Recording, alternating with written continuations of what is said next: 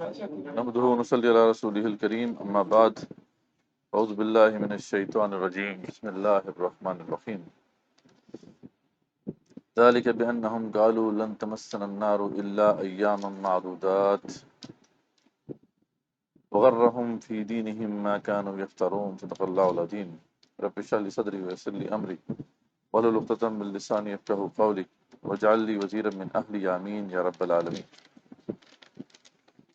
ہمارا جو موضوع ہے وہ یہ چل رہا ہے کہ امت مسلمہ کے ہم نے زوال کے اسباب پہلے معلوم کرنے، اور ان کو سمجھنے کے لیے ہم نے کہا تھا کہ پہلے ذرا ہم ایک ڈیٹیلڈ انالیسس کریں گے کہ قوموں کا عروج و زوال کیوں ہوتا ہے، اس کو پہلے ہم دیکھیں گے۔ اور قوموں کا جو عروج و زوال ہے یہ موضوع رہا ہے بہت سے ہسٹورینز کا بھی۔ ظاہر بات ہے جب مورخ تاریخ لکھتا ہے تو وہ تو دیکھتا ہے کہ ایک قوم جو ہے وہ عروج اس نے پایا تو کیوں پایا، وہ زوال پذیر ہوئی تو کیوں ہوئی، کیونکہ ہسٹورین صرف یہ نہیں لکھتا کہ کیا ہوا بلکہ اس کے پیچھے اپنے کمنٹس بھی دیتا ہے کہ آخر ایسا کیوں ہوا۔ تو اس حوالے سے ہم نے بڑے بڑے مورخین کے حوالے سے کچھ باتیں آپ کے سامنے رکھی تھیں۔ لاسٹ جو ہمارا سیشن تھا اس میں ہم نے ابن خلدون کا نظریہ دیکھا تھا کہ کیا ہے، انہوں نے بھی اس کے اوپر لکھا ہے۔ پھر اسپینگلر ایک بہت بڑا ہسٹورین ہے، اس نے بھی اس موضوع کے اوپر لکھا۔ پھر ٹوائن بی کا ہم نے دیکھا تھا کہ اس کا نظریہ کیا ہے، اور گبن کا نظریہ کیا ہے۔ ٹھیک ہے جی، تو یہ مختلف ہم نے جو مورخین ہیں، یہ بڑے بڑے مورخین ہیں جنہوں نے تاریخ انسانی کے اوپر لکھا ہے۔ اب ہم آگے چلتے ہیں اور ہم دیکھتے ہیں کہ جو کنٹمپرری ہمارا ورلڈ ہے اس میں بڑے بڑے اکانومسٹ بھی موجود ہیں، اس میں بڑے بڑے پولیٹیکل سائنٹسٹ بھی موجود ہیں۔ اچھا، یہ ان کا بھی موضوع ہے۔ اب ذری بات ہے اکانومسٹ جو ہیں، یعنی پہلے تو اکانومسٹ نہیں ہوا کرتے تھے، اب ذری بات ہے کہ اس ماڈرن کمپلیکیٹڈ کمپلیکس ورلڈ میں اب ہر جو ملک ہے، ہر کنٹری ہے، اس کو اچھے اکانومسٹ کی ضرورت ہے کہ جو اکانومی کو اسٹڈی کرتے ہیں، وہ دیکھتے ہیں کہ اکانومیز کیسے ڈیولپ ہوتی ہیں، کیسے خراب ہوتی ہیں، ٹھیک ہے، اس کے اوپر ان کی نگاہ ہوتی ہے۔ اس طریقے سے پولیٹیکل سائنٹسٹ ہیں جو سیاسیات کے اوپر جو ہے گہری نگاہ رکھتے ہیں، ان کا بھی ایک ویو ہے۔ تو میں نے چاہا کہ اس دفعہ ہم ان کے کچھ نظریات بھی سامنے لے کر آئیں کہ وہ کیا کہتے ہیں، قومیں کیسے عروج پاتی ہیں اور کیسے زوال پذیر ہوتی ہیں۔ ٹھیک ہے جی، پھر انشاءاللہ ہم جو ہے اس کو آگے لے کے جائیں گے، قرآن کی طرف جائیں گے، قرآن و سنت کی طرف جائیں گے کہ قرآن و سنت ہماری کیا رہنمائی کرتی ہے۔ اور آپ دیکھیں گے کہ قرآن و سنت کی جو رہنمائی ہے وہ ایک طرح سے وہ جامع ہوگی ان سب کی، یعنی یہ سب لوگ جو ہیں جو سوچ رہے ہیں اور کر رہے ہیں، مسلمانوں کے پاس جو قرآن و سنت کی شکل میں ایک علم و حکمت کا خزانہ موجود ہے، اس میں وہ سب جواب پہلے سے موجود ہیں۔ لیکن یہ ضروری ہے کہ پہلے ہم یہ انالیسس کریں کہ دنیا میں اور جو لوگ ہیں وہ کیا اس بارے میں سوچتے ہیں۔ اور یہ جن کی بات ہم یہاں پہ کر رہے ہیں وہ ایک ریپوٹیبل لوگ ہیں جن کی جو نگاہ ہے اس سے لوگوں نے استفادہ کیا ہے۔ اس حوالے سے کچھ میں نے جو ہے شارٹ لسٹ کیے ہیں آپ کے لیے، لوگ جن کی بکس جو ہیں بڑی امپورٹنٹ ہیں۔ جیسے اب یہ دو بڑے مشہور اکانومسٹ ہیں جن کا ایک کا نام ہے ڈیرن ایکموگلو اور ایک ہے جیمز اے رابنسن۔ ان دونوں نے مل کے ایک کتاب لکھی تھی کچھ عرصہ پہلے، اور وہ بہت ہٹ ہوئی، یعنی بیسٹ سیلر رہی کافی سال، اور اس کا ٹائٹل تھا وائی نیشنز فیل، قومیں فیل کیوں ہوتی ہیں، قومیں ناکام کیوں ہو جاتی ہیں۔ ٹھیک ہے، اب اس میں بڑا زبردست انہوں نے موازنہ کیا ہے اپنے، یعنی کنٹمپرری ورلڈ جو ہمارا اس وقت ہے، جس دنیا میں ہم رہ رہے ہیں، اس کا بڑا زبردست انہوں نے ایک انالیسس کیا۔ جیسے فار ایگزامپل نارتھ کوریا اور ساؤتھ کوریا کا ایک انالیسس انہوں نے کیا۔ انہوں نے کہا کہ یہ پہلے ایک متھ ہوا کرتا تھا کہ جی قوموں کا جو عروج و زوال ہے وہ ڈپینڈنٹ ہوتا ہے اس کے جو جغرافیائی حالات کے اوپر، یا اس کے جو ماحولیاتی اثرات ہیں اس کے اوپر جو ہے ڈپینڈ ہوتا ہے۔ یعنی کہ بعض جو ہے ممالک ایسے ہیں کہ ان کو ٹریڈ کے لیے کوئی جو ہے پورٹ ہی اویلیبل نہیں ہے، تو ظاہر بات ہے اب اس کی اکانومی چلنا تو مشکل ہے۔ مطلب اگزامپل کے طور پہ میں بتا رہا ہوں، یا کوئی جو ہے صحرائی علاقہ ہے زرخیز علاقہ نہیں ہے، ٹھیک ہے، تو اب یہ سمجھ آنے والی بات ہے کہ وہ اب اتنی ترقی نہیں کرے گا. لیکن وہ کہتے ہیں کہ یہ دونوں کا جو انالیسس ہے اکانومسٹ کا وہ یہ ہے کہ یہ سب سیکنڈری چیزیں ہیں. اگر آپ کے پاس پورٹس نہیں ہیں تو آپ کے پاس اور بڑے ذرائع ہیں کہ آپ اپنا جو مال ہے اس کو دوسرے ممالک تک پہنچا سکتے ہیں.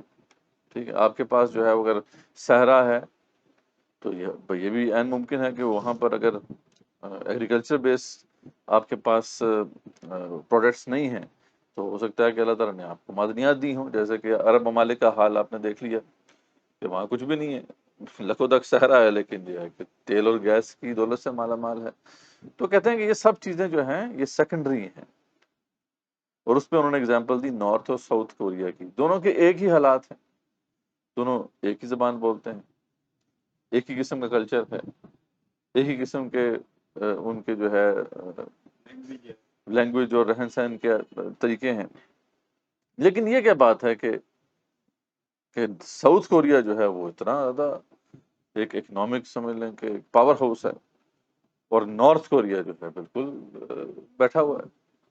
تو یہاں سے انہوں نے اپنے انالیسس کا آغاز کیا، اور اس طرح اور بھی بہت سے نیشنز کا ذکر کیا. تو وہ کہتے ہیں، یہ ان کا کنکلوژن ہے، وہ کہتے ہیں کہ یہ اصل جو ہے میٹر کرتا ہے کہ کسی بھی قوم کی جو انسٹیٹیوشنز ہیں یا ادارے ہیں وہ کیسے سٹرکچر ہوئے ہوئے. ٹھیک ہے، یعنی جو ادارے ہوتے ہیں پولیٹیکل، اکنامک، سوشل انسٹیٹیوشنز، یہ میٹر کرتے ہیں کہ یہ میٹر کرتا ہے کہ وہ کیسے سٹرکچر ہوئے ہوئے. وہ کہتے ہیں کہ آپ اٹھا کے دیکھ لیں جتنی بھی قومیں اس وقت ترقی کر رہی ہیں ان کے اگر آپ اعداد و شمار کو اٹھا کے دیکھیں اور ان کی انسٹیٹیوشنز کا انالیسس کریں گے تو آپ کو نظر آئے گا کہ وہاں پہ اسٹرانگ انسٹیٹیوشنز موجود ہیں جن کو وہ کہتا ہے انکلوسیو انسٹیٹیوشنز. یعنی انکلوسیو انسٹیٹیوشنز اس کی ایک ٹرم ہے، وہ کہتا ہے کہ یہ وہ انسٹیٹیوشنز ہوتی ہیں کہ جن کے اندر جو ہے پوری سوسائٹی کی ریپرزنٹیشن ہوتی ہے. ٹھیک ہے، وہاں پہ جو میرٹ ہے اس کا خیال رکھا جاتا ہے.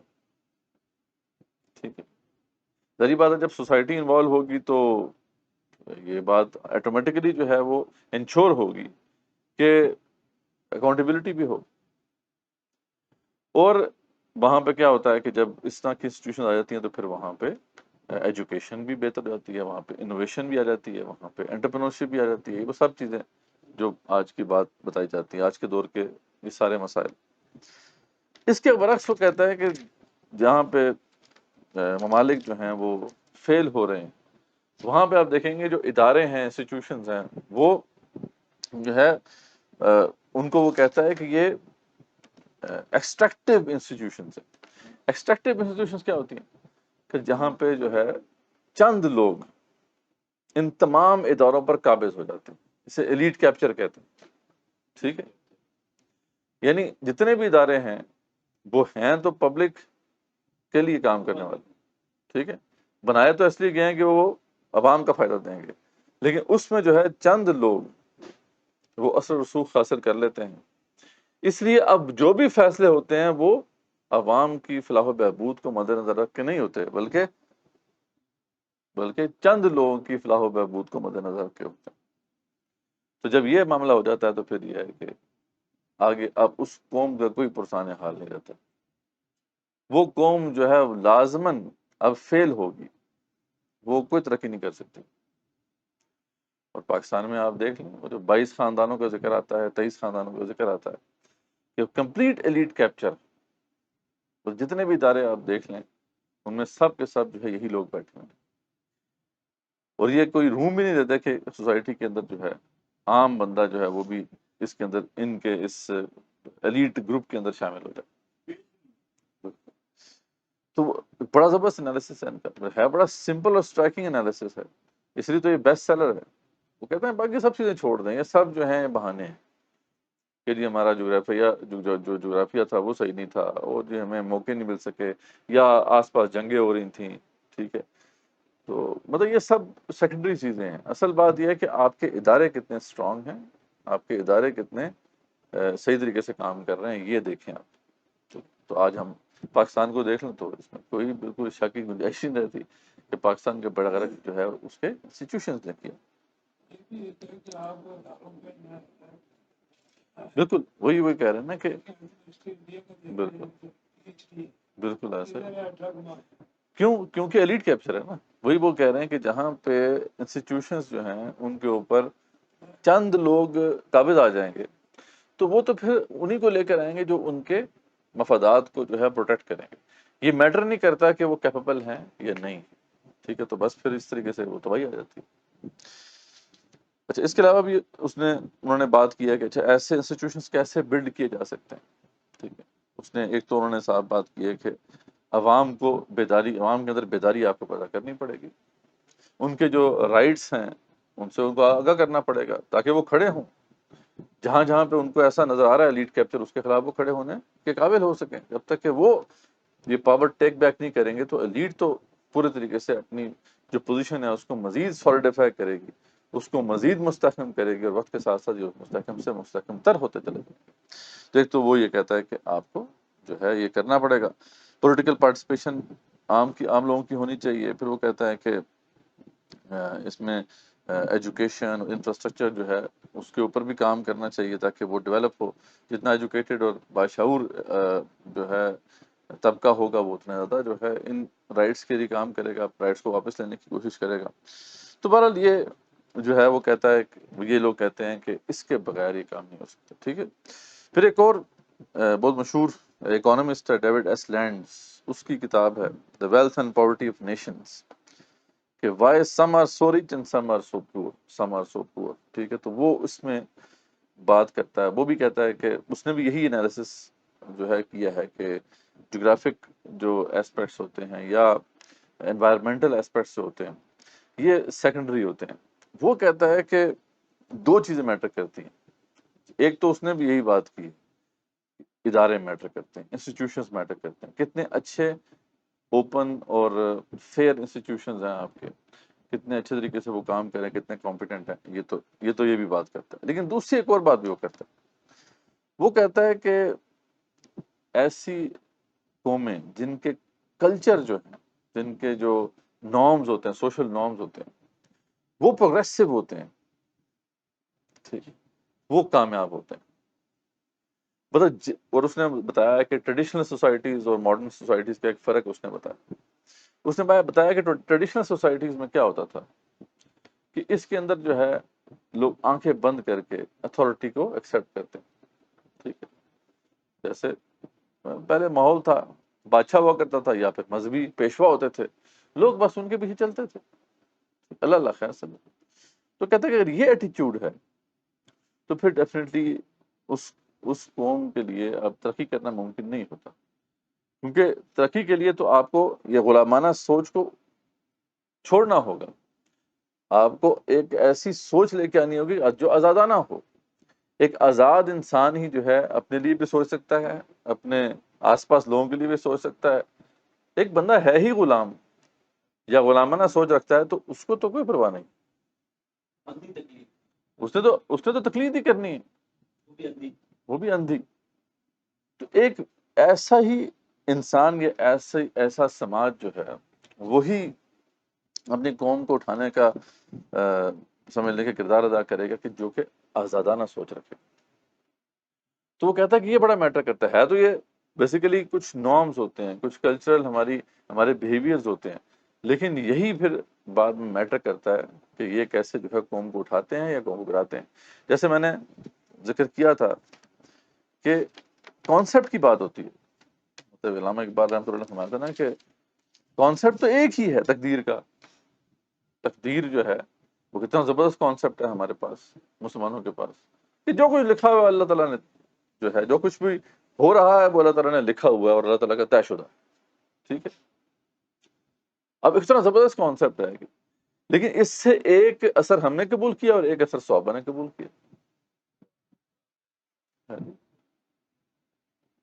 اقبال کہتے ہیں کہ جبر خالد عالم برہم زنت, خالد بن ولید کے نظریہ تقدیر نے دنیا کو ہلا کے رکھ دیا. اور جبر ماں بے خوبن ماں برکنت, جبکہ ہمارے تصور تقدیر نے ہماری اپنی بنیادوں کو ہلا دیا.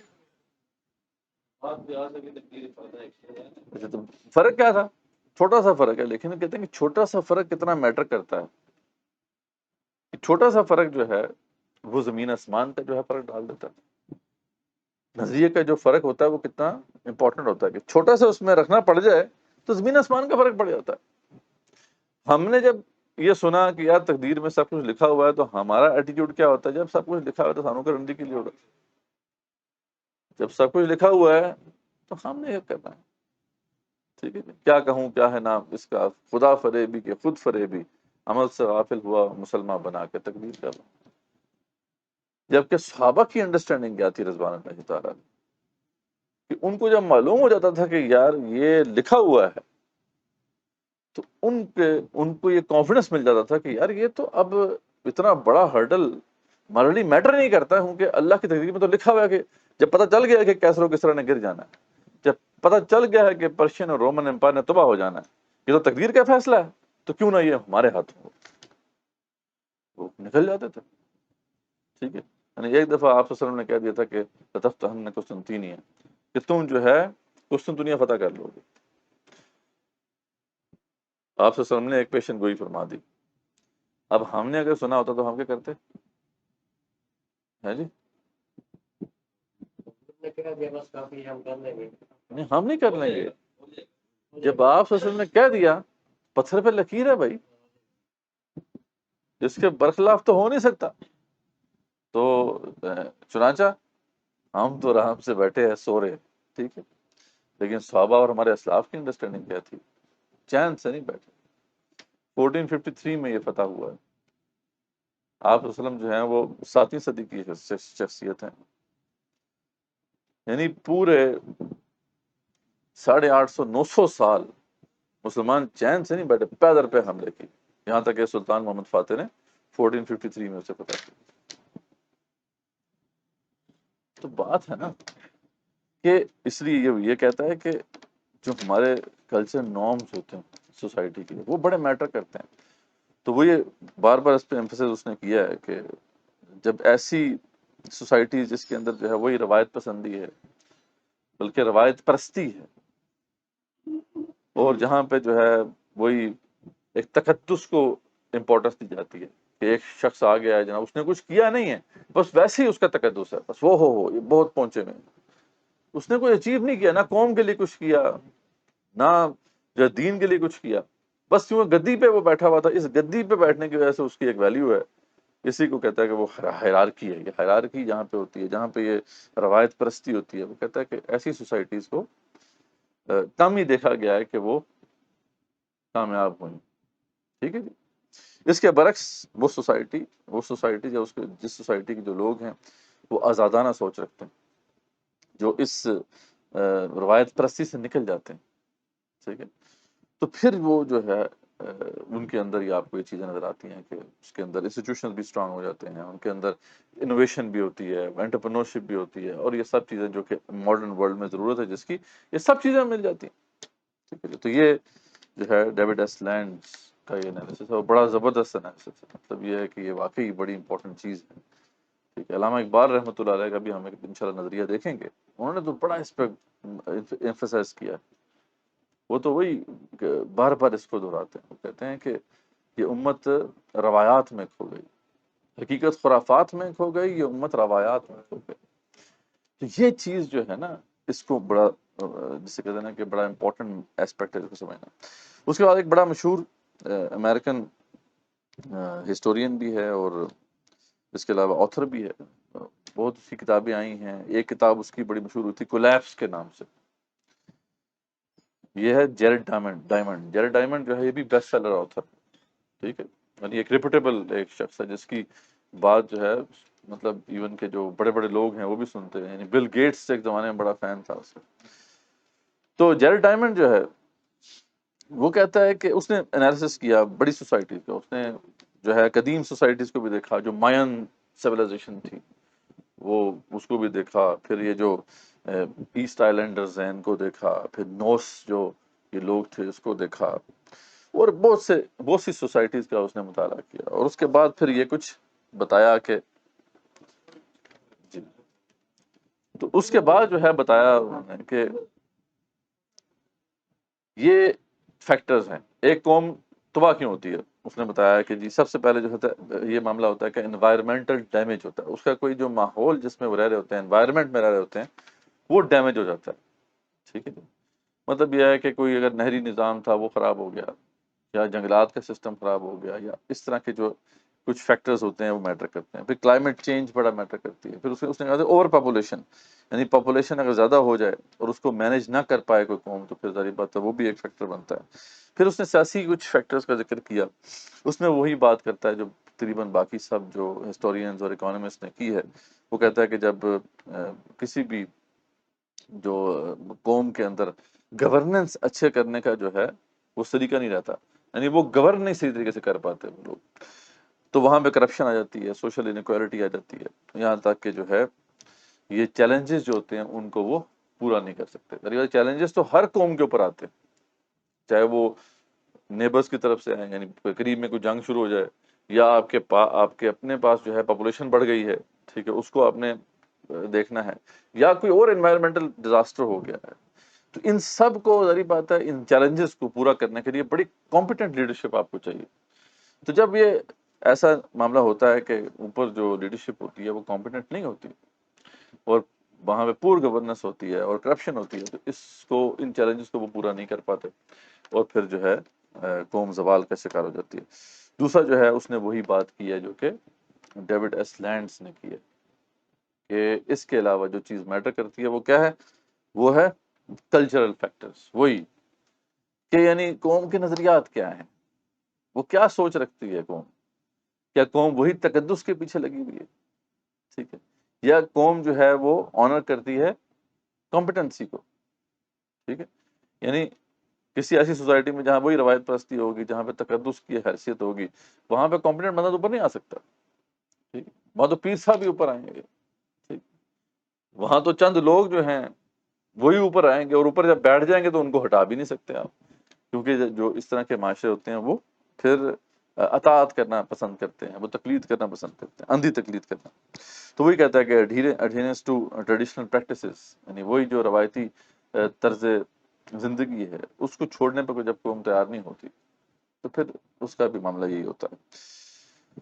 چینج نہیں کر پاتے وہ اپنے آپ کو، جو اڈیپٹ نہیں کر پاتے چینجز جو ہو رہی ہوتی ہیں ان کے آس پاس، یا ان کے اندر ٹیکنالوجیکل انوویشن ہو رہی ہوتی ہے. جیسے بعض اوقات کیا ہوتا ہے کہ آپ ایک خاص طرز پہ کام کر رہے ہیں، جیسے قدیم سوسائٹیز کے اندر معاملہ تھا کہ ٹریڈیشنل سوسائٹی چل رہی ہے، اس کی پاپولیشن بھی کم ہے، جو اس کے پاس ایگریکلچرل لینڈ ہے وہ بھی انف ہے، وہ ضروریات پوری ہو رہی ہیں. ٹھیک ہے، لیکن اچانک کیا ہوتا ہے کہ پاپولیشن بڑھ جاتی ہے. اب یہ پہلے سے جب پلان کیا ہی نہیں ہوتا انہوں نے کہ پاپولیشن بڑھ جائے گی تو کیسے اس کو ہینڈل کرنا ہے. اچھا ریسورسز تو اویلیبل ہو سکتے ہیں، اصل بات تو پلاننگ کی ہوتی ہے. آپ پہلے سے پلان کریں تو آپ ریسورسز پوری کر سکتے ہیں، لیکن یہ کہ پہلے سے پلاننگ نہیں ہوتی ہے. وہ اچانک جو ہے یہ جب تھوڑی سی چینجز ہوتی ہیں تو وہ سوسائٹی جو ہے ان چینجز کے مطابق اپنے آپ کو اڈیپٹ نہیں کر پاتی، جس کی وجہ سے پھر جو ہے وہ ناکام ہو جاتی ہے کوئی بھی قوم. پھر وہ کہتا ہے کہ ایکسٹرنل فیکٹرز بھی ہوتے ہیں. وہ کہتا ہے یہ بھی ہے کہ کوئی جنگ ہوگی آس پاس، بڑی جنگ چھڑ گئی، یا پھر کوئی ٹریڈ جو ہے روٹس جو ہیں ڈسرپٹ ہو گئے، کوئی جو بزنس کے ذریعے بات ہے جو راستے ہوتے ہیں تجارت کے ان میں کو رکھنا پڑ گیا، یا چینلز جو ہے ڈسٹرب ہو گئے. یہ سب جیسے ابھی ہم نے دیکھا تھا کرونا وائرس آ گیا تو اس سے جو ہے پوری دنیا میں جو ہے ایک ڈسرپشن آئی. تو اس طرح کے فیکٹرز بھی ہوتے ہیں. اور ڈیزیز وہ کہتا ہے کہ یہ جب اسپریڈ ہو جاتی ہے تو اس طرح کے فیکٹرز بھی ہیں، لیکن وہ کہتا ہے کہ باقی سب فیکٹرز بھی امپورٹنٹ ہیں. تو یہ جیرڈ ڈائمنڈ جو ہے اس کا ایک انالیسس ہے، جس کی جو کتاب ہے کولیپس، وہ بیسٹ سیلر رہی ہے. پھر ایک بہت مشہور نام آپ نے سنا ہوگا فرانسس فوکویاما. اس نے کہا تھا کہ جب اب کیپٹلزم جو ہے وہ بس اب اپنی حتمی، یعنی انسانی جو ایوولوشن ہے، انسانی ارتقاء ہے، وہ اب اس حد تک پہنچ گیا ہے کہ اب سرمایہ داری یا کیپٹلزم وہ نظام ہے کہ جب جو اب الٹیمیٹ ہے، اس کے بعد اب کوئی نظام نہیں ہوگا، یہی نظام اب باقی رہے گا. ٹھیک ہے جی. تو اس نے کہا تھا کہ یہ بس اب آخری دور آ گیا ہے، ہم سمجھ لیں کہ اپنی سوشل ایوولوشن کے پیک پر پہنچ چکے ہیں. تو اس نے بھی اس طرح کے بہت سے جو ہے وہ آرٹیکل بھی لکھے ہیں اور بکس بھی لکھی ہیں. ایک اس کی جو بک ہے وہ ہے The Origins of Political Order From Pre-Human Times to the French Revolution. اس نے پورا انالیسس کیا ہے کہ یہ پولیٹیکل آرڈر کتنا امپورٹنٹ ہوتا ہے کسی بھی قوم کے لیے، اس کا جو سیاسی نظام ہے وہ کتنا مستحکم ہے، اس پہ ڈیپینڈ کرتا ہے کہ وہ قوم کتنا اچھا پرفارم کرے گی، وہ قوم کتنے اچھے طریقے سے ترقی کرے گی۔ اور اس نے یہ انالیسس کیا ہے پری ہیومن ٹائم سے لے کے فرینچ ریولوشن تک کا ایک انالیسس کیا، تو اس میں وہ کہتا ہے کہ یہ سب جو اس طرح کے حالات ہوتے ہیں، جیسے جنگ چھڑ جاتی ہے، جب کوئی مشکل حالات آ جاتے ہیں، سیکیورٹی کے خطرے پڑ جاتے ہیں، تو یہ جو ہے یہ انسٹیٹیوشنز کو اسٹرانگ کرنے کا باعث بنتے ہیں، ٹھیک ہے، یعنی یہ جو چیلنجز ہوتے ہیں یہ ایسے نہیں ہوتے کہ ان سے نقصان ہی ہوتا ہے، ان سے فائدہ بھی ہوتا ہے۔ جتنے زیادہ اس طرح کے آپ دیکھیں نا، پاکستان کو بھی دیکھ لیں کہ پاکستان کی آرمی جو بڑی اسٹرانگ ہے آج، وہ اگر ایکسٹرنل تھریٹ نہ ہوتا تو جب نیڈ ہی نہیں ہے تو پھر یہ ہے کہ وہ اس طریقے سے ایک اسٹرانگ انسٹیٹیوشن اگر جو آرمی کی ہمارے پاس ہے وہ نہ بنتی، اور پھر جو نیوکلر آرسنل آج ہمارے پاس ہے، تو یہ سب اسی وجہ سے ہے نا کہ ایک تھریٹ ہے ہمارے پاس، جو ایکسٹرنل تھریٹ ہمارے سامنے موجود ہے نیبرہڈ کے اندر، ہاں ریلیکس نہیں آپ کو ہونے دیتے، لیکن پھر اس کے نقصانات بھی ہیں۔ اس کے نقصانات پھر یہ ہے کہ وہ بہت پاورفل ہو گئے ہیں، ٹھیک ہے، وہ باقی کسی انسٹیٹیوشن کو آگے پنپنے نہیں دیتے۔ تو یہاں پہ اس نے یہ بات کی ہے کہ یہ جو سب فیکٹرز ہیں یہ بھی ایک طرح سے رول پلے کرتے ہیں اگر صحیح طریقے سے ان سے فائدہ اٹھایا جائے، ہاں، اور یہ قوم کو خراب بھی کر سکتے ہیں یہ سارے معاملات، اور قوم کو اٹھا بھی سکتے ہیں۔ لیکن وہ یہ کہتا ہے کہ اچھے پولیٹیکل آرڈر کو اسٹیبلش کرنے کے لیے آپ کو اسٹرانگ لیگل فریم ورک چاہیے ہوتا ہے۔ جتنے اچھے اسٹرانگ لیگل فریم ورکس ہوں گے جس کے اندر آپ نے کیا چیز انشور کرنی ہے، وہی اکاؤنٹیبلٹی کو انشور کرنا ہے، آپ نے اوپننس کو انشور کرنا ہے، اور پریڈکٹیبلٹی کو انشور کرنا ہے۔ مطلب یہ ہے کہ آپ کی جو پالیسیز ہیں وہ ایسی نہ ہو کہ جناب کبھی یہ ہے کبھی وہ ہے، بلکہ ایک کنسسٹنٹ پالیسیز آپ کی ہیں، تو اور وہ over the period of time جو ہے وہ کنسسٹنٹلی جو ہے وہ انسٹیٹیوشنز آپ کی پرفارم کر رہی ہیں، تو یہ ایک اسٹرانگ پولیٹیکل آرڈر جنریٹ کرتی ہیں یہ ساری چیزیں، اور اس سے پھر جو ہے قوم ترقی کرتی ہے، ٹھیک ہے۔ اور پھر اس نے وہی بات کی کہ یہ پھر انسٹیٹیوشن جب ڈیولپ ہوتی ہیں اس طریقے سے تو پھر وہ اس کے اندر جو ہے اکاؤنٹیبلٹی بھی ہوتی ہے، وہ تمام لوگوں کو جو ہے مواقع بھی فراہم کرتے ہیں کہ جو سوسائٹی کے اچھے لوگ ہیں وہ آئیں اور آ کے ان انسٹیٹیوشن کو چلائیں، یعنی اس کے اندر میرٹ کو جو ہے آنر کیا جاتا ہے۔ اور جب یہ سب چیزیں ہو جاتی ہیں تو کہتا ہے کہ یہ باقی چیزیں جو ہیں یہ اس کے ساتھ ساتھ جڑی ہوئی ہیں، کہ انوویشن کا آنا اور جو ہے باہر سے انویسٹمنٹ کا آ جانا، یہ سب چیزیں ہو جاتی ہیں، لیکن پہلے جو ہے وہی جو پولیٹیکل آرڈر ہے اس کا اسٹیبل اور اسٹرانگ ہونا بہت ضروری ہے۔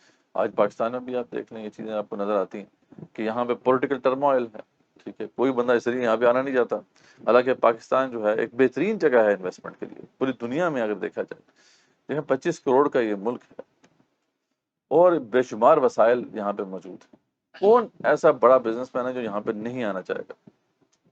ٹھیک، ہر بندہ یہاں پہ آنا چاہے گا، لیکن مسئلہ کیا ہے؟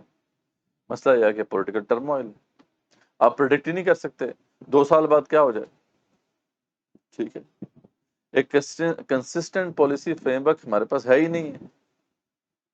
صرف 10 سال کی کنسسٹنٹ پالیسی فریم ورک دے دیں تو مجھے پوری دنیا کے انویسٹرز یہاں پہ آنے کو تیار ہیں، صرف 10 سال کا کہہ رہے ہیں، لیکن یہاں پتہ ہے آپ کو 2 سال کے بعد تو کہانی الٹ جاتی ہے، تیسرے سال۔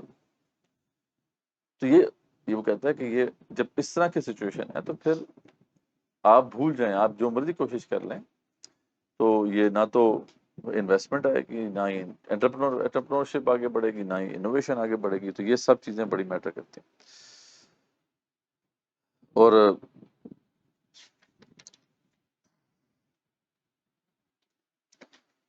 اس میں تقریباً وہی یہ بات کرتا ہے کہ آپ کو کسی بھی جگہ پہ جہاں پہ آپ کو اسٹرانگ پولیٹیکل آرڈر نظر آئے گا وہاں پہ آپ کو ڈسٹریبیوشن آف پاور اور اکاؤنٹیبلٹی آف پاور نظر آئے گی، یعنی پاور جو ہے وہ چند لوگوں کے ہاتھ میں مرتکز نہیں ہوگی، وہاں پہ آپ کو ڈسٹریبیوٹر نظر آئے گی، جیسے ماڈرن اسٹیٹ کے اندر ہے نا کہ بھئی یہاں پہ عدلیہ جو ہے اس کے پاس کچھ پاور دی گئی ہے، کچھ مقننہ کو یعنی پارلیمنٹ کو طاقت دی گئی ہے، کچھ ایگزیکٹو کو طاقت دی گئی ہے۔ اب صحیح معنوں میں جو ہے اگر اس ڈویژن کو چلایا جائے تو یہ بیسیکلی کیا ہے کہ ایک دوسرے کو چیک میں رکھتے، چیکس اینڈ بیلنسز کہتے ہیں اسے، یعنی ایک دوسرے کے اوپر چیک رکھتے ہیں، ٹھیک ہے، لیکن جب ایک ادارہ بہت ہی زیادہ اسٹرانگ ہو جائے باقی بالکل کمزور ہو جائیں تو پھر آپ چیکس اینڈ بیلنسز ختم ہو جاتے ہیں.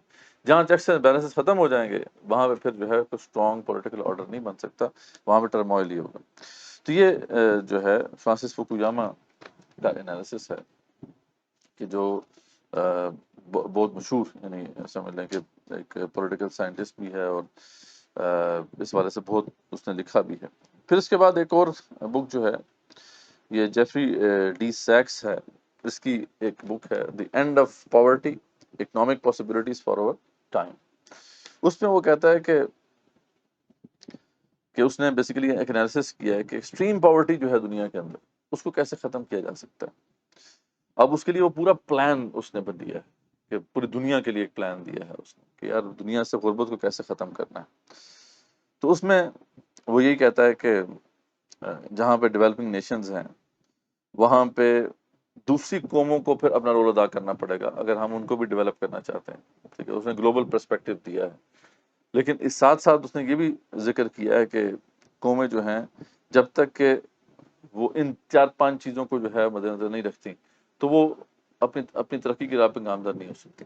سب سے پہلی چیز وہ کہتا ہے کہ آپ کے پاس انفراسٹرکچر کیسا ہے, اچھا انفراسٹرکچر ہے کہ نہیں ہے. نمبر 2 وہ کہتا ہے ٹیکنالوجی آپ کے پاس کیسی ہے, آپ کے لوگ اس کے مطابق اس ٹیکنالوجی کے مطابق کتنے ٹرینڈ ہیں یا نہیں ہے, یہ سب چیزیں میٹر کرتی ہیں. پھر وہ کہتا ہے کہ ایجوکیشن کتنی اچھے طریقے سے آپ نے امپلیمنٹ کی ہوئی ہے, آپ کا جو ہیلتھ کا معاملہ ہے وہ کیسا ہے, ٹھیک ہے, ہیلتھ کیئر آپ کی کیسے.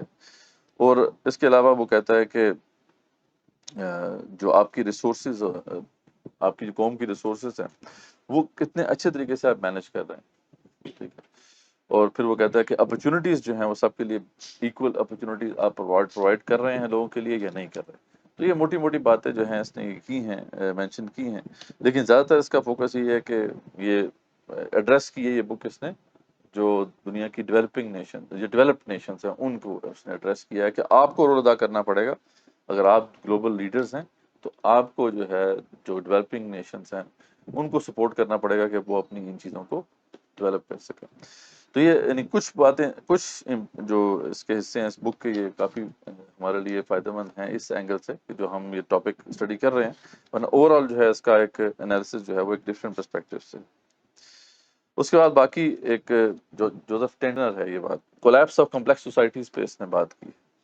تو اس میں وہ یہ بات کرتا ہے کہ انوائرمنٹل ڈیگریڈیشن ہوتی ہے جب بھی کوئی قوم جو ہے اچھی طریقے سے چل رہی ہوتی ہے, لیکن کیا ہوتا ہے کہ اس کا انوائرمنٹ ڈیگریڈ ہو جاتا ہے. ٹھیک ہے, جیسے ایگریکلچر بیس سوسائٹی ہے تو وہ ایگریکلچر جو ہے اس کا ڈسٹرب ہو جائے گا اگر پانی کا نظام خراب ہو جائے گا, ٹھیک ہے, یا اوپر سے جو ہے رین وغیرہ کا سسٹم خراب ہو جائے گا تو کیا ہوگا کہ وہاں پہ پھر ڈسرپشن آ جائے گی. کلائمیٹ چینج ایک بڑا فیکٹر ہے. پھر وہ کہتا ہے کہ ایکسٹرنل اینیمیز ہوتے ہیں, یہ بڑا میٹر کرتا ہے. کوئی بھی قوم اس وقت تک ترقی نہیں کر سکتی جب تک کہ وہ اس طرح کے جو ایکسٹرنل تھریٹس ہے اس سے نکل نہیں جاتی. تو ایک طرف تو وہ فرانسس فوکویاما کا انالیسس کہ جو ایکسٹرنل تھریٹ ہوتا ہے یہ آپ کو اسٹرانگ کرتا ہے, لیکن اگر بہت زیادہ دیر تک ایکسٹرنل تھریٹ رہے تو یہ پھر آپ کی قوم کو پھر تھکا بھی دیتا ہے. ٹھیک ہے, جیسے پاکستان کا معاملہ آپ دیکھ سکتے ہیں کہ وہ تھریٹ ویسے بعض اوقات کیا ہوتا ہے کہ وہ تھریٹ شروع میں ہوتا ہے بعد میں نہیں رہتا, لیکن پھر یہ ہے کہ اس تھریٹ کو برقرار رکھا جاتا ہے تاکہ جو کچھ انسٹیٹیوشن ہیں یا کچھ لوگ ہیں وہی استفادہ کرتے ہیں. ٹھیک ہے جی, ہاں, اس کا فائدہ اٹھا سکے. تو اب یہ وہ کہتا ہے کہ ایکسٹرنل اینیمیز کا ہونا یہ بھی ایک بڑا فیکٹر ہوتا ہے. پھر وہ کہتا ہے کہ پھر انٹرنل جو پرابلمز ہوتے ہیں وہ بھی بڑے میٹر کرتے ہیں کہ سوشل, اکنامک اور پولیٹیکل پرابلمس جو ہوتے ہیں کسی بھی قوم کے لیے وہ زیادہ میٹر کرتے ہیں ایکسٹرنل فیکٹر سے. ایکسٹرنل فیکٹرز بھی میٹر کرتے ہیں لیکن زیادہ میٹر کرتے ہیں انٹرنل فیکٹرز. ٹھیک ہے, کہ وہ پولیٹیکلی کتنا اسٹیبل انوائرمنٹ ہے, اکنامکلی جو ہے کتنا فلرشنگ انوائرمنٹ ہے, اور سوشل جو نارمز ہے کسی سوسائٹی کے وہ کتنے زیادہ پروگریسو ہیں. تو یہ کہتا ہے کہ یہ زیادہ میٹر کرتے ہیں ایکسٹرنل فیکٹرز کی بنسبت. تو یہ مختلف میں نے آپ کو کنٹمپری ورلڈ کے حوالے سے بتایا کہ جو آج کے دور میں بہت سے اکانومسٹ ہیں, پولیٹیکل سائنٹسٹ ہیں اور کچھ ہسٹورینز ہیں, انہوں نے بھی اس کا ایک انالیسس کیا اور جو بڑی بڑی باتیں انہوں نے جو ہیں آئیڈینٹیفائی کی ہیں ان میں آپ دیکھتے ہیں کہ سب سے ٹاپ پر جو ہے اگر ہم رکھیں تو وہ تقریباً کافی حد تک ایک ہی بات سب نے جو ہے مختلف الفاظ کے ساتھ کی ہے کہ انسٹیٹیوشنز کی بات انہوں نے کی ہے کہ ماڈرن اس ورلڈ کے اندر انسٹیٹیوشنز بہت میٹر کرتے ہیں، اور انسٹیٹیوشنز جو ہیں وہ جتنے زیادہ فیئر ہوں گے، جتنا زیادہ میرٹ کو جو ہے وہ ایکنالج کریں گے، جتنے زیادہ وہاں پہ اکاؤنٹیبلٹی کا نظام اچھا ہوگا، اتنا زیادہ جو ہے وہ قوم ترقی کرے گی۔ اور جہاں پہ وہ انسٹیٹیوشنز جو ہیں وہ چند لوگوں کے ہاتھ میں آ جائیں گے، اور وہاں پہ وہ جو انسٹیٹیوشنز ہیں وہ فیصلہ کریں گے عوام کی فلاح و بہبود کے لیے نہیں، بلکہ چند فیملی یا چند لوگوں کی فلاح و بہبود کے لیے، تو پھر ظاہری بات ہے کہ اس قوم کا کوئی پرسان حال نہیں ہوگا، وہ قوم زوال پذیر ہو کے رہے گی۔ تو ایک تو یہ کامن بات ہے ان سب جو اسکالرز نے کی ہے، اور دوسری بات جو کافی حد تک ہمیں نظر آ رہی ہے، 3-4 جگہ پہ آپ کو نظر آئی، 3-4 جو ریفرنسز ہم نے دیے، کہ قوم کا جو کلچرل فریم ورک ہے یا اس کے نارمز کیا ہیں یا اس کی سوچ کیا ہے، یہ بھی بڑا میٹر کرتی ہے۔ ٹھیک ہے، یعنی آپ کو سوچ تبدیل کرنی ہوگی۔ سوچ اگر یہ ہے کہ بھئی ہم نے تقدس کی اطاعت کرنی ہے، جس کو بھی تقدس مل جائے بس اس کے نیچے آنکھیں بند کر کے چلنا ہے، تو پھر ایسے ایٹیٹیوڈ کے ساتھ آپ ترقی نہیں کر سکتے، کیونکہ جہاں پہ بھی یہ چیز ہوگی وہاں پہ پھر میرٹ نہیں آ سکتا، وہاں پہ پھر انوویٹو سوچ نہیں آ سکتی، کیونکہ اسے ہم کہہ سکتے ہیں کہ یہ غلامانہ سوچ ہے، کہ جب آپ کی سوچ ہی یہ ہے کہ بھئی ہم تو جو ہے بس اطاعت کریں گے ان لوگوں کی، چاہے جو مرضی ہو جائے، یہ کام کریں یا نہ کریں، یہ پرفارم کریں یا نہ کریں، یہ ظلم کریں یا نہ کریں، ٹھیک ہے، اٹ ڈزنٹ میٹر کہ یہ کتنے اچھے ہمارے اوپر حاکم ہیں، جتنے جیسے بھی ہوں حاکم، ہم نے تو ان کی اطاعت کرنی، یہ کانسیپٹ ہمارے ذہن میں ڈال دیا جائے۔ اور یا پھر وہ جو تصور ہے کہ جو ہمارے ایٹیٹیوڈز ہیں، ہمارے کانسیپٹس ہیں تقدیر سے متعلق، جیسے آپ دیکھ لیں، ٹھیک ہے، وہ کتنا بڑا فیکٹر، کتنا بڑا رول ادا کرتے ہیں یہ فیکٹرز۔ تو یہ کہتے ہیں کلچرل نارمز، آپ کے آئیڈیاز، آپ کے نظریات، یہ بھی ایک کامن چیز ہے جو کہ 3-4 جگہوں پہ آپ کو نظر آئی کہ یہ آپ کو چینج کرنے ہوں گے، ٹھیک ہے، جب تک یہ چینج نہیں ہوں گے اس وقت تک آپ ترقی نہیں کر سکتے۔ پھر اس کے علاوہ جو سمجھ لیں کہ چیزیں جو ہیں لنکڈ ہیں ان دو چیزوں کے ساتھ، وہ کیا ہے کہ جہاں پہ جب ایک انسٹیٹیوشن اسٹرانگ ڈیولپ ہو جاتے ہیں، جہاں پہ پہلے تو سوچ تبدیل ہوتی ہے، سوچ میں جو ہے آزادی آتی ہے، وہاں پہ اچھی انسٹیٹیوشنز بلڈ ہوتی ہیں، جب اچھی انسٹیٹیوشن بلڈ ہوتی ہیں تو پھر یہ ہے کہ باقی سب چیزیں بھی آنا شروع ہو جاتی ہیں۔ وہ کیا ہے؟ انوویشن، انٹرپرنورشپ، ٹھیک ہے جی، یہ سب چیزیں جو ہیں اس کے ساتھ لنکڈ ہیں۔ اور پھر فورن انویسٹمنٹ، باہر سے بھی انویسٹمنٹ ہوتی ہے، اور وہاں پہ خوشحالی ہونا شروع ہو جاتی ہے۔ باقی سب چیزیں اسی ساتھ لنکڈ ہیں۔ ایجوکیشن بھی بہتر ہو جائے گی، ذریعہ بات ہے، جب انسٹیٹیوشن جو اوپر بیٹھی ہوئی ہے، جو ایجوکیشن کو دیکھ رہی ہے، اس کی اکاؤنٹیبلٹی کر رہی ہے، اگر وہ انسٹیٹیوشن صحیح کام کر رہی ہے تو ایجوکیشن سیکٹر بھی صحیح کام کرے گا، ٹھیک ہے۔ آپ نے دیکھ لیا کہ ہمارے پڑوس میں ہی ہندوستانی جو ہے ہم سے ڈفرینٹ تو نہیں ہے، ان کے تو کلچر نارم بھی ہم سے ملتے ہیں، ٹھیک ہے، رہنا سہنا بھی کافی حد تک ملتا ہے، لیکن دہلی میں کیا ہوا جب وہ عام آدمی پارٹی جو ہے وہ حکومت میں آئی، انہوں نے جو ہے انسٹیٹیوشنز کو اسٹرانگ کیا، تو کیا ہوا کہ وہاں پر جو سرکاری اسکول تھے وہ پرائیویٹ اسکول سے بہتر ہو گئے، ٹھیک ہے۔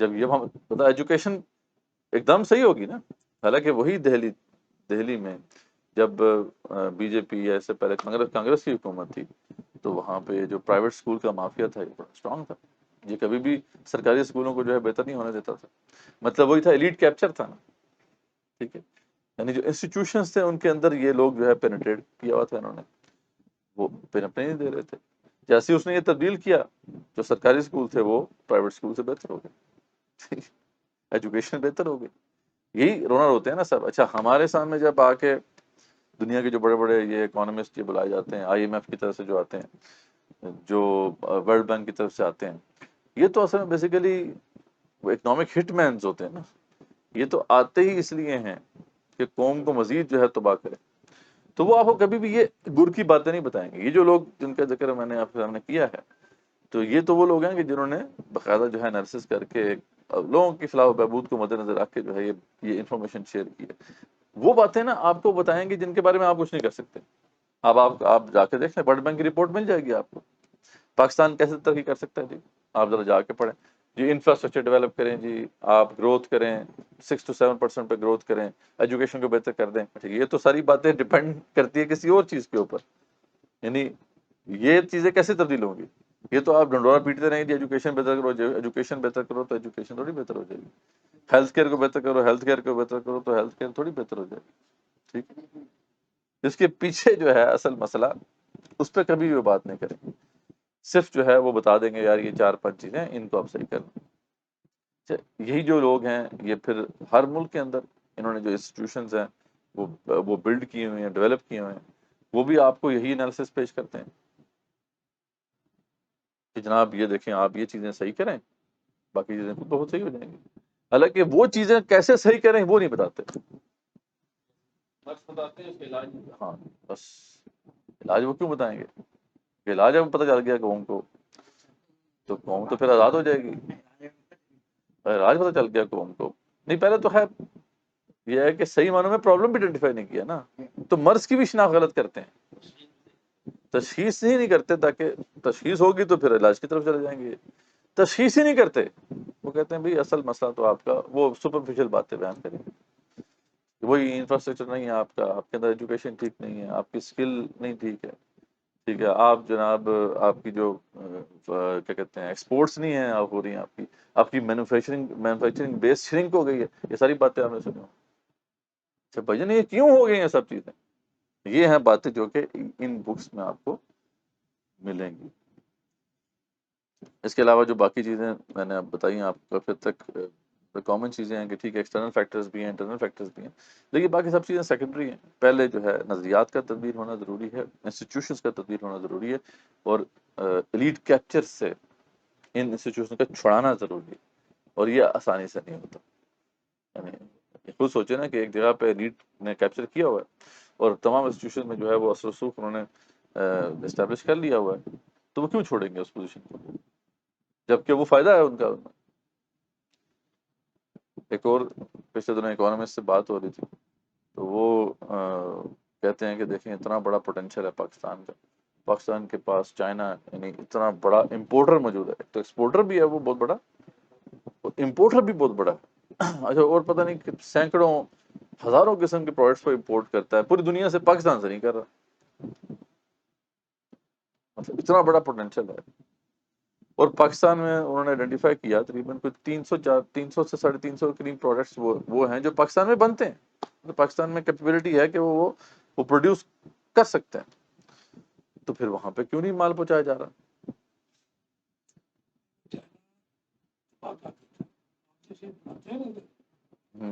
وہ بنانے والا وہ پوش ہو جاتا ہے کہ میرے تو مٹیریل نہیں سنا چائنا میں بھیج دی. صحیح بات. تو اصل وہی تھا نا کہ ادارے کا اسٹرانگ ہونا ضروری ہے نا، اس کو فیصلہ کرنا ہے کہ اپنی لوکل انڈسٹری کو پروٹیکٹ کرنا ہے.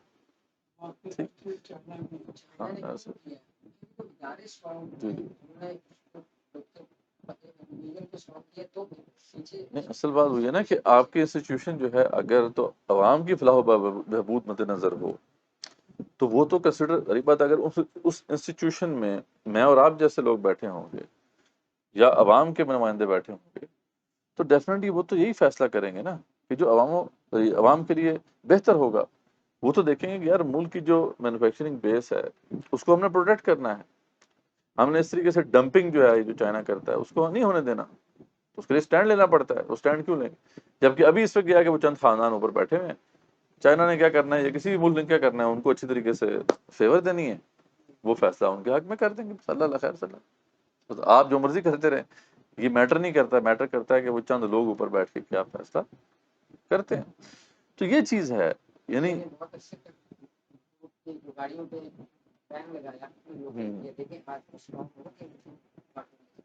بالکل ایسا ہی.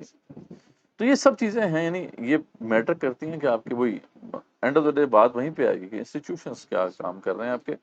جبکہ اگر آپ کے جو ہے اس طرح کے انسٹیٹیوشن ہوں گے جیسے پاکستان میں، تو یہ تو چند لوگوں کے ہاتھ میں. تو میرا جو سوال ان سے تھا وہ یہ تھا، بہرحال یہ تو انہوں نے بات کی تو میں نے ان سے سوال کیا کہ چلو یہ تو پوٹینشیل اتنا بڑا پوٹینشیل ہے، یعنی بلینز آف ڈالرز آپ کما سکتے ہیں. چلو عام بندوں کو تو پتہ ہی نہیں ہے، نہ ان کو انفارمیشن پہنچانا ہے انہوں نے. جو ایلیٹ بیٹھی ہوئی ہے اوپر ہماری، چلو وہ 22 خاندان ہے کہ اب کہتے ہیں 40 ہو گئے، ان کے جو بچے ہیں آگے، ان کی جو اگلی نوجوان نسل ہے، وہ تو اس سے فائدہ اٹھا لینا، چلو ٹھیک ہے، وہ تو اس سے استفادہ کر لیں۔ تو ان کا کہنا بڑا زبردست، انہوں نے ایک بات کی، انہوں نے کہا کہ اصل بات یہ ہے مفسر صاحب کہ ہماری ایلیٹ کو بھی جو ہے نا بڑا بننے کا شوق نہیں، ہماری ایلیٹ بھی کوئی ان میں سے کوئی ٹاٹا نہیں بننا چاہتا، کوئی بل گیٹس نہیں بننا چاہتا۔ یہ تو اوور آل سوچ کا مسئلہ ہے نا۔ یہ تو امیر تو بڑے ہیں، لیکن وہ کیا کرے گا، وہ اس پوٹینشل کو ہارنس کرنے کے بجائے یہاں پہ جو ہے نا وہ قبضہ کر لے گا ایک پورے یعنی علاقے پہ، تو اس کو جو ہے نا وہ ریل اسٹیٹ ایک بنا کے سوسائٹی بنا کے اس کو بیچ کے چند ارب کما لے گا، اللہ اللہ خیر صلاح۔ حالانکہ وہ اس کام سے بلینز آف ڈالرز کما سکتا ہے، لیکن یہ ہے کہ اس طرف سوچ نہیں جائے گی۔ تو یہ سب سے وہ کہتا ہے کہ جب ملک کی ایلیٹ ہی ہڈ حرام ہو جائے، نکٹو ہو جائے، ان کے لیے بھی اچھا ان کے اندر بھی یہ اس طرح کا جو ہے سوچنا رہے کہ ہم نے بہتری کی طرف جانا ہے۔ جی بیسیکلی ہمارا ایلیٹ ہے نا، وہ ایلیٹ کا جو ایلیٹ ہے، وہ جگہ قبضہ کر لیا کون سے ملک کے اندر جو ہے وہ فوج جو ہے وہ پل نہیں ہونا سوسائٹی سے جتنا یعنی کہ رقبہ پولیشن کا اب اس نے جو یہ جو کتاب ہے وائی نیشنز فیل، انہوں نے ایک ایگزامپل، انہوں نے ایک موازنہ کیا کہ آپ دیکھیں کہ میکسیکو میں کوئی بڑا کوئی ٹائکون ہے وہاں پہ، تو بلینئر ہے کوئی، اس کا ذکر انہوں نے کیا، اس کا موازنہ کیا انہوں نے بل گیٹس کے ساتھ یا جو بھی یہ فیس بک اور گوگل والے جو لوگ ہیں، تو کہتے ہیں کہ دیکھو اس نے، وہ بھی بلینئر ہے، لیکن اس نے کیا کیا ہے، اس نے یہ اپنے جو بلینز بنائے ہیں وہ اپنے ملک کے انسٹیٹیوشن کو کیپچر کر کے ایکسپلائٹ کر کے بلینز بنائے ہیں، جبکہ اس سے کہیں زیادہ بلینز ساتھ ہی جو امریکہ ہے وہاں کے بڑے بڑے بزنس مینوں نے بنا لیے ہیں پوری دنیا میں پھیل کے۔ مطلب وہ سوچ کی بات ہے نا، ایک سوچ گلوبل ہے کہ جی ہم نے پوری دنیا میں جو اس وقت اگر پیسہ بھی کمانا ہے تو پوری دنیا سے کمانا ہے، ٹھیک ہے، پوری دنیا کے کوئی مسائل حل کرنے ہیں، جبکہ وہ جو سوچ ہے یار نہیں، ہم نے تو لوگوں کو ایکسپلائٹ کر کے بس خون نچوڑ کے ہی جو ہے، اچھا وہ کتنا نچوڑ لیں گے آپ، ٹھیک ہے، یہ تو 24 کروڑ ہے، دنیا میں 7-8 بلین ہے، اور دنیا کا اتنا بڑا رقبہ ہے، پوٹینشیل دیکھیں کتنا ہے۔ تو بھائی دنیا میں جاؤ، گلوبل سوچ رکھو، تو ویژن وہی بات، نظریے کی بات ہی آ جاتی ہے نا، جب سوچ ہی آپ کی ہے وہ، تو پھر ظاہر بات ہے آپ آگے کہاں سے جائیں گے۔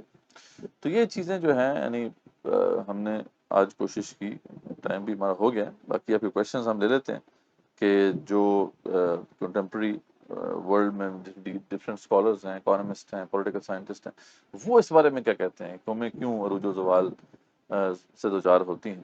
تو ایک انٹرسٹنگ انسائٹ ہے جو ہمیں ملی ہے ان کے توسط سے بھی۔ انشاءاللہ اب نیکسٹ جو ہمارا سیشن ہوگا وہ بڑا امپورٹنٹ ہوگا، اور وہ ہم دیکھیں گے کہ قرآن و سنت اس بارے میں کیا کہتے ہیں، اور اس کے بعد پھر ہم جائیں گے علامہ اقبال رحمۃ اللہ علیہ کے اوپر بھی، کہ علامہ اقبال جو کہ ایک بہت بڑا ذہن اللہ تعالیٰ نے ہمیں عطا کیا، وہ اس بارے میں کیا کہتے ہیں۔ تو اس طرح ہم اس کو لے کے چل رہے ہیں۔ تو اصل بات کوشش یہ ہے کہ یہ جو ٹاپک ہے ہر جہد سے جو ہے ہم اس کا احاطہ کریں، اور یہ دیکھیں کہ اصل میں پرابلم ہے کہاں۔ جب پرابلم کی آئیڈینٹیفیکیشن ہو جائے گی تو انشاءاللہ پھر ہم نکلنے کے راستے بھی جو ہیں وہ تلاش کر لیں گے۔